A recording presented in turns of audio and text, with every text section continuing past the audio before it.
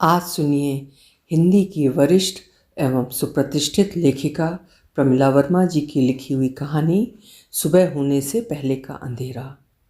तो शुरू करते हैं कहानी सुबह होने से पहले का अंधेरा।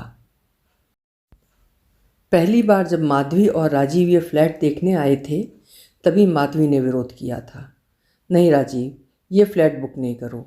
शहर से दूर, भीड़ बाईपास पर है और एकदम एकांत है। बिल्डर तो कुछ भी कहते हैं, इस क्षेत्र को डेवलप होने में 5-7 साल तो लग ही जाएंगे। ये 100 फ्लैट की 5 बिल्डिंग थी, सभी अधबने अधूरे, खिड़कियों में जाली तक नहीं लगी है, बस लोहे की ग्रिल फिट की है। जब बाकी पैसा भरोगे तो काम हो जाएगा। राजीव और देशपांडे साथ ही पढ़े थे। देशपांडे ने मकान बुक कर लिया था और अब राजीव से आग्रह कर रहा था कि तुम भी बुक कर लो, सस्ता पड़ेगा। लेकिन राजीव ने माधवी की बात नहीं मानी और फ्लैट बुक कर लिया। माधवी भी इंजीनियर थी और राजीव से 2 साल जूनियर थी। राजीव और देशपांडे साथ ही इंजीनियरिंग करके निकले थे। देशपांडे नागपुर में नौकरी कर रहा था और राजीव इस शहर में। माधवी की नौकरी अभी तक नहीं लगी थी। अधबने मकान में राजीव व माधवी शिफ्ट हो गए थे। ये शहर से बाहर बनी कॉलोनी थी। मुख्य तकलीफ तो माधवी को थी, जिसे घर चलाना था और दिन भर अकेली फ्लैट में और बिल्डिंग में रहना था। ये पहली बिल्डिंग थी, उसके दूसरे माले पर उन्हें फ्लैट मिला था। कारपोरेशन के पानी की कोई व्यवस्था नहीं थी, नल आएगा यही कहा जा सकता था। कॉलोनी में आने से पहले मानव रहित रेलवे क्रॉसिंग थी, कोई दुकानें नहीं, सभी बिल्डिंग के 2-3 फ्लैट भरे थे। स्ट्रीट लाइट जलती ही नहीं थी। हर बिल्डिंग के सामने एक दूधिया लाइट लगा दी थी, जिसका प्रकाश उतना ही था कि कोई बिल्डिंग में जा सके। सीढ़ियाँ अंधेरे में डूबी हुई। माधवी को वैसे तो कोई भय नहीं लगता था, लेकिन फिर भी दूर दूर तक कोई चहल पहल नहीं, सिर्फ ट्रकों और बाहर गांव जाने वाली बसों का आगमन दिखता था। पीछे खेत, जंगली झाड़ियाँ और दूर फैले पहाड़। शाम होते सुनसान इलाका। इस बिल्डिंग में जो फ्लैट भरे थे वे भी 3-4 ही थे और अधिकतर उनमें रहते लोग बाहर ही रहते थे, तो कोई जान पहचान नहीं बन पाई। भूला भटका एक सब्जी वाला वहाँ आ जाता था, जो जवान और धूर्त दिखता था और एकटक उसे घूरता था। एक दिन थैले में सब्जी डालते हुए उसने माधवी का हाथ गलत ढंग से छू लिया, तो उसने सारी खरीदी सब्जी उसके ठेले पर पलट दी और वॉचमैन को बुलाकर कहा, देखो, कल से ये बदतमीज सब्जी वाला यहाँ नहीं दिखना चाहिए, वरना तुम दोनों को पुलिस में दूंगी। उसके तेवर देखकर सब्जी वाला तुरंत रेल पटरी क्रॉसिंग की ओर मुड़ गया और वॉचमैन हाँ में सिर हिलाता रहा। वे दोनों उस दिन पिक्चर देखने गए थे। लौटते हुए बाहरी डिनर कर लेने का तय हुआ था। लौटते लौटते रात के 11 बजे थे। ठंडी हवा चल रही थी और पूरा रास्ता अंधेरे में डूबा था। राजीव स्कूटर चला रहा था और वो भी रात के अंधेरे और ठंडी हवा में खुश थी। राजीव ने कहा, माधवी, जब तक तुम्हारी नौकरी नहीं लग जाती तुम भी बहुत अकेली रहती हो दिन भर। मैं सोचता हूँ माँ पापा को बुला लूँ, कुछ दिन तो रह पाएंगे। पापा कुछ दिनों की छुट्टी तो ले ही सकते हैं। पता नहीं कब एक मोटरसाइकिल उनके नज़दीक आई और स्कूटर के सामने आकर रोक दी। राजीव को भी स्कूटर रोकना पड़ा। क्या है? राजीव चीखा। वे 3 थे, 2 24-25 साल के लड़के होंगे और एक 30 के आसपास। अरे हम हैं, चिल्लाते क्यों हो? जो कुछ हो निकाल दो, सोना चांदी रुपए, ये स्कूटर और ये अपनी चांदी जैसी चमकीली बीबी भी। करीब आधा किलोमीटर की दूरी पर उनकी बिल्डिंग थी। वे चिल्लाए भी तो सुनने वाला कौन है? उन लड़कों ने राजीव के साथ हाथापाई शुरू कर दी। उन लोगों का सब कुछ छीन लिया और स्कूटर की चाबी निकाल ली। राजीव इतना पिट चुका था और इस अप्रत्याशित हमले से किंकरत विमूढ़ हो चुका था। उसने माधवी का हाथ पकड़ा और दौड़ने लगा, लेकिन उन लोगों ने राजीव के घुटने पर पास ही पड़ा पत्थर मारा और माधवी का हाथ पकड़कर खींच लिया। उसके मुंह पर कपड़ा बांधकर उसे उन्हीं के स्कूटर पर ले भागे। साथ में मोटरसाइकिल भी दौड़ रही थी। राजीव का घुटना शायद टूट चुका था। किसी तरह वो घर पहुंचा। अच्छा हुआ वॉचमैन पीछे पानी आदि के इंतज़ाम में गया था, वरना ढेरों प्रश्न पूछता और वो उत्तर देने के लिए तैयार नहीं था। सर्वप्रथम उसने अपने पापा को फ़ोन किया, सारी बातें स्पष्ट बताईं। पापा ने तुरंत ही आने को कहा और उसे हिदायत दी कि वो उनके आने तक पुलिस में ना जाए। हो सकता है वे कुछ रुपयों की मांग करें, बहू को मार डालने की धमकी दें आदि। वो बेतरह पीड़ा में तड़प रहा था। मेरा घुटना, अन्य चोट और माधवी के साथ कैसा व्यवहार। निश्चय ही वो बलात्कार की शिकार होगी। अब वो बेतरह रो रहा था। पापा और माँ बस में बैठ चुके थे और उसे तसल्ली दे रहे थे। खाली पड़ा घर उसे काट खाने को दौड़ रहा था। सच्ची कह रही थी माधवी। वो देश पांडे की बातों में आ गया। देश पांडे ने तो सिर्फ अपना रुपया इन्वेस्ट किया था, लेकिन उसे तो तगड़ी ईएमआई देनी होती थी, इसीलिए वो यहाँ शिफ्ट हो गया। न जाने क्यों पापा उसे पुलिस में जाने को रोक रहे थे। दूसरे दिन सुबह वे आ चुके थे और उसे टैक्सी बुलाकर अस्पताल ले गए थे। फ्रैक्चर नहीं था, लेकिन फिर भी घुटने पर बैंडेज बांध दी गई थी। बाकी घावों पर पट्टियाँ कर दी गई थीं। माँ लगातार रो रही थी। दुनिया इतनी अच्छी तो नहीं थी कि माधवी सकुशल वापस लौटे। आखिर जानना चाहता हूँ पापा कि आप पुलिस में जाने से क्यों रोक रहे हैं। माँ ने ही बताया, उन्हें बदनामी का डर है। हमारा एक समाज है, शीघ्र ही पूरे समाज में खबर फैल जाएगी। यदि माधवी अब वापस आ जाती है तो हमें उसे स्वीकारना कठिन हो जाएगा। माँ, भाड़ में जाए ऐसा समाज। मेरी पत्नी पर विपत्ति टूटी है और मैं हाथ पर हाथ धर कर बैठ जाऊँ। माधवी भी तो उसी समाज की है। क्या आपके समाज का कर्तव्य नहीं कि उसकी सहायता करें। हम जिस समाज से हैं वहाँ वैसे भी लड़कियों को। जाने दे बेटा, जैसा तेरे पापा कहते हैं वो ठीक है। उन्होंने बहुत दुनिया देखी है। थक हार कर वो चुप हो गया। आंखों के समक्ष माधवी थी। अच्छा धर्म निभाया तुमने राजीव, माधवी मानो कह रही थी। शहर से करीब 40 किलोमीटर दूर वो आम की अमराई थी। विशाल अमराई जिसमें सैकड़ों आम के दरख्त कतार से लगे थे। वहाँ गेट से अंदर जाने पर काफ़ी दूर एक शटर वाला गैरेज था और उसके बाईं तरफ एक ऊंचा मचान। फसल के दौरान वहाँ रखवाला रहता होगा। स्ट्रीट लाइट की रोशनी में वो इतना ही देख पाई। उसके मुंह पर जो कपड़ा बंधा था वो बदबू दे रहा था। उसे घसीटकर गैरेज में लाया जा रहा था। बड़ा लड़का, जिसे दोनों छोटे राजू भैया कह रहे थे, ने गैरेज का ताला खोला, लाइट जलाई और उसे घसीट लाए। वहीं भीतर एक कमरा था जहाँ एक चारपाई बिछी थी। वहाँ उसे ढकेल दिया गया। वहाँ भी एक बल्ब जल रहा था। जिस कमरे में उसे ढकेला गया वहाँ चारों ओर लपेटे हुए बिस्तर पड़े थे। 3-4 गद्दे, मैले कुचैले तकिए, तेल के टीन, शराब की बोतलें और ऐसा सारा सामान जो कबाड़ी के यहाँ होता है। ऊंचाई पर एक खिड़की थी जिसमें जाली लगी थी। वहाँ से तेज हवा भीतर आ रही थी। एक टेबल फैन लोहे के संदूक पर रखा था। बाहर से कुंडी लगा दी उन लोगों ने। वो पसीने से नहा रही थी। उसे विश्वास ही नहीं हो रहा था कि उसका इस ढंग से अपहरण हुआ है। उसे राजीव की याद आ रही थी। कितना पीटा है इन लोगों ने, क्या पता उसकी क्या हालत होगी। जितना वो देख पाई थी, एक बड़ा पत्थर एक लड़के ने उसके घुटने पर दे मारा था। वो चीख कर सड़क पर गिर गया था। निश्चय ही अब तक पुलिस को घर बुला लिया होगा। अरे, स्कूटर से तो पहचान ही जाएंगे कि वो यहाँ है। उसने सोच लिया था कि वो बिल्कुल नहीं डरेगी। अपनी हिफाजत के लिए भले उसकी जान चली जाए। जा, तू पहले जा। उसे ये आवाज़ ऐसी लग रही थी मानो किसी ने लोहे पर हथौड़ा मारा हो। नहीं भैया, मैं नहीं जानता, वो आंटी क्या सोचेगी। चल बग्गा, तू जा, इसने तो उस चांदी को चाची बना लिया है, हथौड़े ने कहा। न राजू भैया, पहले तुम जाओ, मारपीट तुम ही कर लो, मैं आ जाऊंगा, बग्गा ने कहा।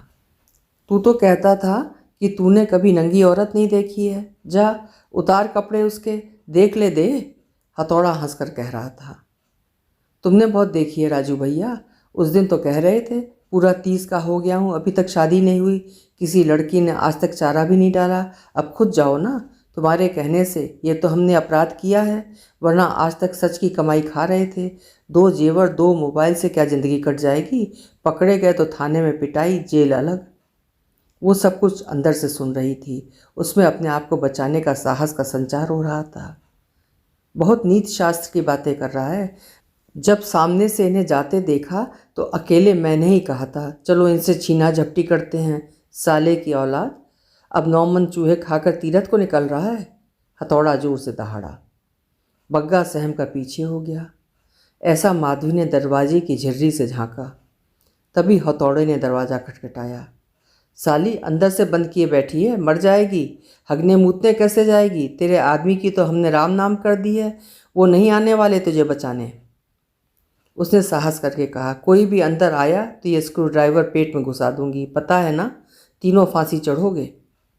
तीनों हंसने लगे। सबसे ज़्यादा हंसी छोटे वाले को आ रही थी। शायद उसके लिए सब कोई मज़ेदार मूवी की तरह था। खोलती है दरवाज़ा कि तोड़ दूँ? हथौड़ा फिर गरजा। जाने दो राजू भाई, चांदी हमारे कब्जे में है, अभी सो जाते हैं, बग्गा बोला। लेकिन गद्दा तकिया तो भीतर है, कैसे सोएंगे? वैसे भी बारिश हो रही है और सांप आदि का खतरा है, छोटा बोला। साला सब ड्रामा है, बाहर के कमरे में रखना था। वहाँ गैरेज में रखी चटाई पर हम तीनों सो गए। जब माधवी को यकीन हो गया कि वे सो गए हैं तो उसने धीमे से कुंडी खोली, बाहर निकली। हाथ में लंबा स्क्रू ड्राइवर था। उसने घड़े से पानी लिया और शटर की तरफ देखा, जो इतना भर खुला था कि हवा अंदर आ सके। उसने पानी का गिलास लिया और एक काला पेंट जिसमें चुराया हुआ सामान था, जो उसने पॉकेट में रखते देख लिया था, लेकर अंदर गई और दरवाज़ा बंद किया। दरवाजे की कुंडी में टेढ़े मेढ़े तार घुसा दिए जो वहीं पड़े थे ताकि कुंडी खुल ना सके। उसने काले पेंट की जेब से चुराया सामान निकाला, जिसमें राजू का आई कार्ड था, फ़ोटो, नाम, पता। दोनों मोबाइल के उन्होंने सिम निकाल दिए थे और सभी नाम नंबर न जाने कब हटा दिए थे। अब उसके लिए मोबाइल निरर्थक हो चुका था। अचानक ही छोटे की नींद खुली। उसे हलचल सुनाई दी थी। उसने झिर्री से झांक कर देखा था। नीली धारीदार शर्ट छोटे की ही थी। बड़ा राजू अतनंगा सो रहा था। उसने सामान निकाल कर धीमे से दरवाज़ा खोला था और पैंट बाहर फेंक दी थी। हल्का उजाला फैल रहा था। वो सो नहीं सकी थी, लेकिन उसे विश्वास हो चला था कि वो अपने को बचा लेगी। वो देर तक खिड़की से बाहर देखती रही। खिड़की ऊंची थी, रोड भी नहीं दिखती थी, लेकिन ऊंचे पेड़, बादल, सूरज की रोशनी तो देख पा रही थी। बहुत देर तक वे तीनों सोते रहे थे। उठे तो तीनों साथ ही उठे। शटर खुलने की आवाज़ हुई। बाहर न जाने क्या बात हुई कि बग्गा वहाँ आया और बोला, हम शटर बाहर से बंद कर रहे हैं, गैरेज में टॉयलेट है, तुम जा सकती हो, हम चाय पीने और सुट्टा मारने जा रहे हैं। राजू भैया ने पूछा, है चांदी चाय पीती है? उसने कोई उत्तर नहीं दिया। शटर बंद करने की आवाज़ आई। वो बाहर निकल आई, टॉयलेट गई और हाथ मुंह धोकर टॉयलेट में लगे फूटे तिड़के शीशे में अपना चेहरा देखकर चौंक पड़ी। लगा कितने महीनों से वो बीमार है। क्या माँ पापा घर आ गए होंगे? राजीव ने उन्हें बुला ही लिया होगा। पुलिस आई होगी और उसको ढूंढा जा रहा होगा। कमरे में पहुंचकर उसने कुंडी बंद कर ली। मोबाइल उठाकर उलटने पलटने लगी। ना उसमें सिम था, ना बैटरी। उसे राजीव का और अपनी बहन का, अपने पापा का नंबर याद था। कहीं से भी फ़ोन मिले तो नंबर लगा सकती है। अचानक ही शटर खुलने की आवाज़ हुई और वो सतर्क होकर बैठ गई। खोलो दरवाज़ा, चाय पी लो वरना मर जाओगी। बाहर केतली में रखी है, उठा लो। उसने दरवाजे की झिर्री से झांका, वहाँ कोई नहीं था। उसने कुंडी खोली और झटपट केतली कप उठा लिया। केतली में एक बिस्कुट का पैकेट फंसा हुआ था। दरवाज़ा बंद करते ही तीनों की हंसी का सम्मिलित स्वर आया। चांदी डरती कितना है, जैसे अभी ही पकड़ कर हम। हथौड़े की आवाज़ थी। उसने चाय पी थी और बिस्कुट खा लिया था। वैसे भी वो सारी रात से जाग रही थी तो सिर दुख रहा था, बुखार महसूस हो रहा था। चाय पीने के बाद वो गंदे बदबूदार गद्दे पर बैठ गई और जैसे ही लेटी उसे नींद आ गई। खिड़की से बाहर देखने पर उसे लगा कि दोपहर भी जा चुकी है, अर्थात वो बहुत सोली थी। तभी दरवाज़ा जोर जोर से भड़बड़ाया जाने लगा। उसका हृदय उतनी ही जोर से धड़का। अब उसने महसूस किया कि वो पसीने पसीने है। शायद वो उनमें सबसे छोटा था। बोला, दरवाज़ा खोलो, हम लोगों ने खाना खा लिया है, तुम भी खा लो। वैसे दरवाज़ा खुला रखोगी और हमसे बातचीत करोगी तो हम तुम्हें छोड़ भी आएंगे। उसने कहा, खाना नहीं खाना है, फेंक दो। कोई दूसरी आवाज़ चीखी, ए रानी साहिबा, फोकट का खाना नहीं है, मेहनत करते हैं। वाह, क्या मेहनत है! दूसरों को मारना पीटना, चीज़ें छीनना और औरतों को जलील करना, यही मेहनत सिखाई है तुम्हारे माता पिता ने? वो भी अंदर से चीखी। भाषण बंद करो रानी साहिबा, माता पिता ने क्या सिखाया है वो तुम भी जानती हो। उन लोगों ने दरवाजे पर ठोकर मारी, फिर जाते कदमों की हलचल, फिर शटर गिराने की आवाज़। उसने कुंडी खोली और शीघ्रता से निकलकर बाथरूम में घुस गई। आंखों पर छींटे मारे, टूटे आईने में चेहरा देखा तो अजीब सा लगा। उसे लगा मृत्यु एकदम नज़दीक है, अब अपने आप को किसी धारदार हथियार से मारना ही होगा। बाहर निकली तो छोटी सी प्लास्टिक की घड़ी में शाम के 4 बजे थे। वो सोचती हुई कमरे में आ गई कि राजीव ने आकाश पाताल एक कर दिया होगा उसे ढूंढने में। पुलिस भी ढूंढ रही होगी। अभी तक तो वे लोग यहाँ क्यों नहीं आ पाए? वो प्लेट में रखा खाना भी साथ उठा लाई और चुपचाप खाने लगी। गैरेज अंधेरे में डूब रहा था। राजीव ने पुलिस को तो खबर नहीं की थी, लेकिन पुलिस घर पर खड़ी थी। पिताजी ने दरवाज़ा खोला। जी कहें। आप रपट नहीं लिखवाएंगे तो क्या हमें पता नहीं चलेगा? आपकी बहू परसों रात से गायब है, आपका स्कूटर भी नहीं है, क्या ये सच नहीं है? पुलिस अधिकारी ने कहा। तब तक राजीव भी आकर खड़ा हो गया था। तीनों सकपका गए। अर्थात वो कौन सा कारण है जो आप पुलिस में नहीं गए? इज्जत, है ना? भले ही आपकी बहू को वहाँ दरिंदे जलील कर रही हूँ, हमें आपके वॉचमैन ने बताया उसने 2 दिन से मेम साहब को नहीं देखा और आपके घर की बातें सुनी चुपचाप और हमें बताया। अब राजीव अपनी कंप्लेंट लिखा रहा था।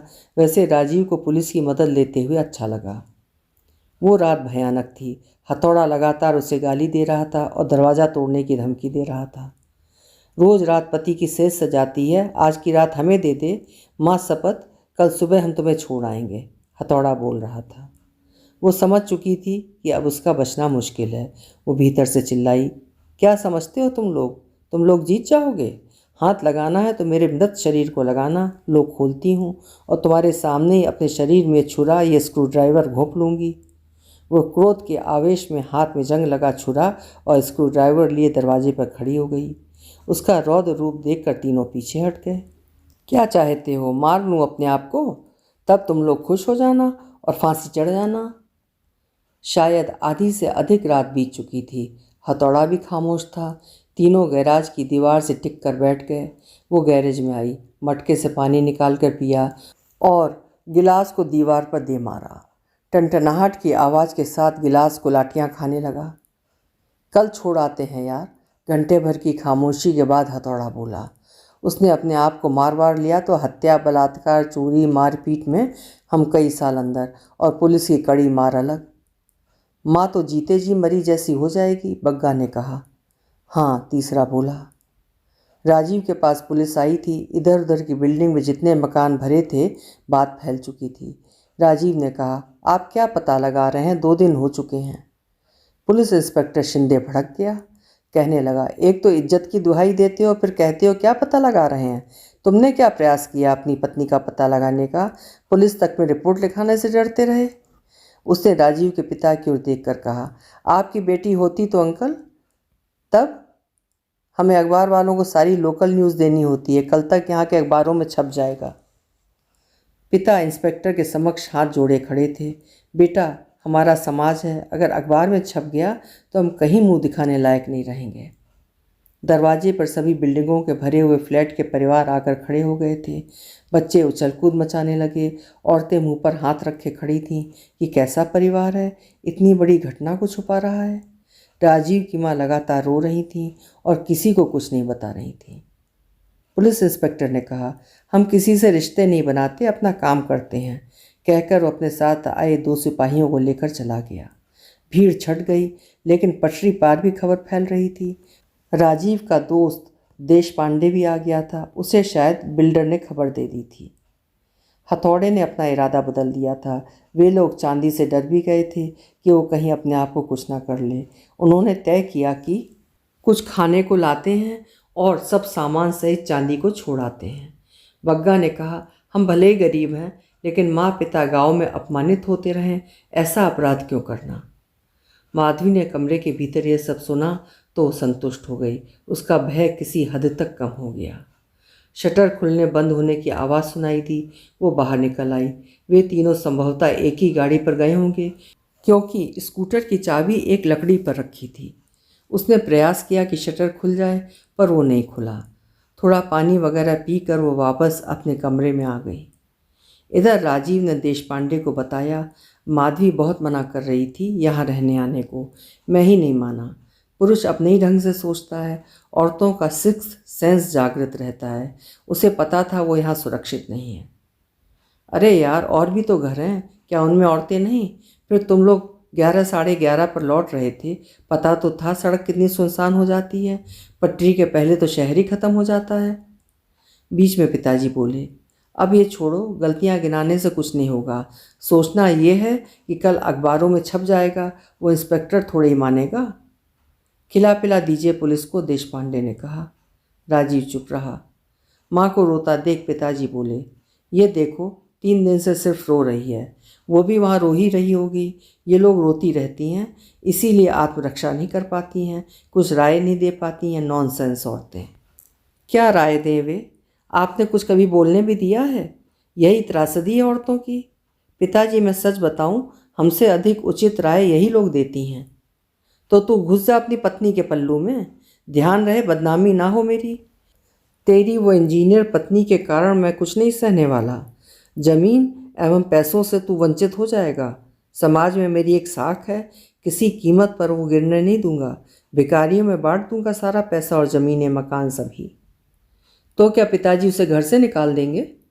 राजीव ने कहा। गर्म बहस देखकर देशपांडे उठकर बाहर चला गया। हाँ, वैसी परिस्थिति सामने आई तो निकालना ही होगा, पिताजी तैश में चिल्लाए। उन्होंने माँ को संबोधित करके कहा, सुनो जी, सामान पैक करो, हम यहाँ से चलते हैं। ये भी पत्नी भक्त यहाँ नहीं रहेगा। कह देता हूँ, ये शहर छोड़ना पड़ेगा, ये मेरा बिजनेस देखेगा। माँ आज्ञाकारी थी, तुरंत उठकर खड़ी हो गई। देशपांडे लौटा तो उसके हाथ में खाने का पैकेट था। जानता था माँ खाना नहीं बना पाएंगी। वे तीनों लौट आए थे। बग्गा ने दरवाजे के सामने खड़े होकर कहा, आंटी जी, आप जान गई होंगी, हम आपका कोई नुकसान नहीं करेंगे। आप दरवाज़ा खोलें, आप हमें खाना बनाकर खिलाएं, हम सामान लाए हैं। स्टोव भी है और चूल्हे की लकड़ियां भी। हमने 2-3 साल से किसी औरत के हाथ का घर का बना खाना नहीं खाया। आप खिला दें, हम शाम को अंधेरा होने से पहले आपको घर छोड़ाएंगे। वो खुश हो गई। मुझे अपने पति से फ़ोन पर बात करने दो, पहले खाना, बग्गा ने कहा। वो बाहर निकल आई। छोटा बाहर लकड़ी छील रहा था। राजू भैया, जिसे वो हथौड़ा कह रही थी, वो बाहर पेड़ से टिका बैठा था। बग्गा थैले से सामान बाहर निकाल रहा था। उसे थोड़ी दया भी आई इन तीनों पर कि किन क्षणों में उन लोगों ने ऐसा किया होगा। वो सब्जी काटने लगी। छोटा भी अंदर आया था, उसने सब्जी बनाई। स्क्रू ड्राइवर जो उसका हथियार था, उसने अपने बाजू में रख लिया था। वो परोठे बनाने लगी। चूल्हे के धुएं से उसकी आंखें लाल हो रही थीं। उसने कहा, वो बड़े को बुला लो। खाना बन जाने की खुशी में दोनों चिल्ला पड़े, राजू भैया अंदर आओ, खाना बन गया है। अब वे तीनों खा रहे थे और वो गरम कुरकुरे परोठे सेकती जा रही थी। बग्गा ने बताया, मैं यहाँ बग्गा मोटर्स में काम करता हूँ, क्लीनर हूँ। इन लोगों ने मेरा नाम बग्गा रख दिया है। मैं हरी हूँ, मेरे छोटे और 2 भाई हैं, एक बहन। मैं यहाँ कमाने आया हूँ। मेरे बाबा को लकवा मार गया है, वे बिस्तर पर हैं। माँ सब्जी बेचती है। पहले पिताजी मकानों की छत बनाने का काम करते थे, अच्छी कमाई रोज की थी। एक बार छत से गिर पड़े, इलाज के 15 दिन बाद लकवा मार गया। उसकी आंखें आंसुओं से भर गईं। छोटा बोला, पिताजी ने दूसरी औरत रख ली। मैं यहाँ से माँ को और छोटे भाई बहन के लिए पैसे भेजता हूँ। मैं भी क्लीनर हूँ, लेकिन मैं गाड़ी चलाना सीखूँगा, ड्राइवर बनूँगा और ज़्यादा रुपए घर भेजूँगा। मेरे भाई बहन मुझे बहुत प्यार करते हैं। राजू यानी हथौड़ा कुछ नहीं बोला, सर झुकाए बैठा खाता रहा। बग्गा ने कहा, हमारे गांव के बाजू वाला गांव का है, हम राजू भैया कहते हैं। इसके बाबा मर गए, घर की सारी जिम्मेदारी इसी पर है, तभी तो अब तक शादी नहीं हुई। चुप, राजू तेजी से चीखा। दोनों डरकर चुप हो गए। माधवी ने सोचा, कहीं कोई कांटा है जो अनजाने उससे चुप जाता है, लेकिन वो कुछ बोली नहीं। आप भी तो कुछ करते होगे मैडम? छोटे ने पूछा। मैं इंजीनियर हूँ। बाप रे, बग्गा के हाथ का पानी का गिलास गिर पड़ा। Engineer aunty? औरतें इतनी पढ़ती हैं? बग्गा बोला। मूर्ख, तेरे बग्गा मालिक की साहबनी कंट्रैक्टर है कि नहीं? अब हथौड़े ने कुछ बोला। सभी खाना खा चुके थे। हथौड़े ने मोबाइल लेकर दोनों सिम डाल दिए। वो खुश हो उठी। कहाँ बुलाएं? उसने हथौड़े की आंखों में आंख डालकर कहा। बग्गा मोटर्स पर, सभी उसे जानते हैं। ध्यान रहे पुलिस ना आए, हम आपको सुरक्षित छोड़ रहे हैं, हथौड़ा बोला। सभी तैयार हो गए। वो जैसी थी वैसी ही थी। तैयार होने को था क्या? उसने घर फ़ोन लगाया। उधर राजीव का फ़ोन तो यहीं था। उसने अपने ससुर को फ़ोन लगाया। फ़ोन बज उठा। पिताजी चिल्लाए। फ़ोन ऑन था। राजीव, बहू का फ़ोन है। सभी दौड़े। राजीव ने फ़ोन छीन लिया। दीजिए। कहाँ हो माधवी? वो रो पड़ा। मैं ठीक हूँ, रात 8 बजे बग्गा मोटर्स पे आ जाओ, मैं वहीं मिलूँगी। मैं सुरक्षित हूँ, पुलिस को मत लाना। फ़ोन उसने काट दिया। लेकिन इधर पिताजी ने चुपचाप पुलिस को सूचना दे दी। उसने अपना स्कूटर स्वयं चलाया। वे तीनों मोटरसाइकिल पर थे। सामने राजीव था, देश पांडे भी था। वो दौड़कर राजीव से लिपट गई। तब तक पुलिस ने तीनों को पकड़ लिया। वे चिल्लाए, चांदी आंटी। अब वो पुलिस से मुखातिब थी। देखिए, इनके खिलाफ जो भी कंप्लेंट होगी मैं वापस लूँगी। ये लड़के ना अपराधी हैं, ना इन्होंने मेरे साथ ऐसा कुछ किया कि मैं कोर्ट थाने के चक्कर लगाऊं। राजीव, अगर तुमने भी कोई रिपोर्ट दर्ज कराई हो तो वापस ले लो। लेकिन माधवी, राजीव बोला। अब ठीक है ना राजीव, माधवी भाभी बोल रही हैं तो वापस ले लो, मामला ख़त्म करो।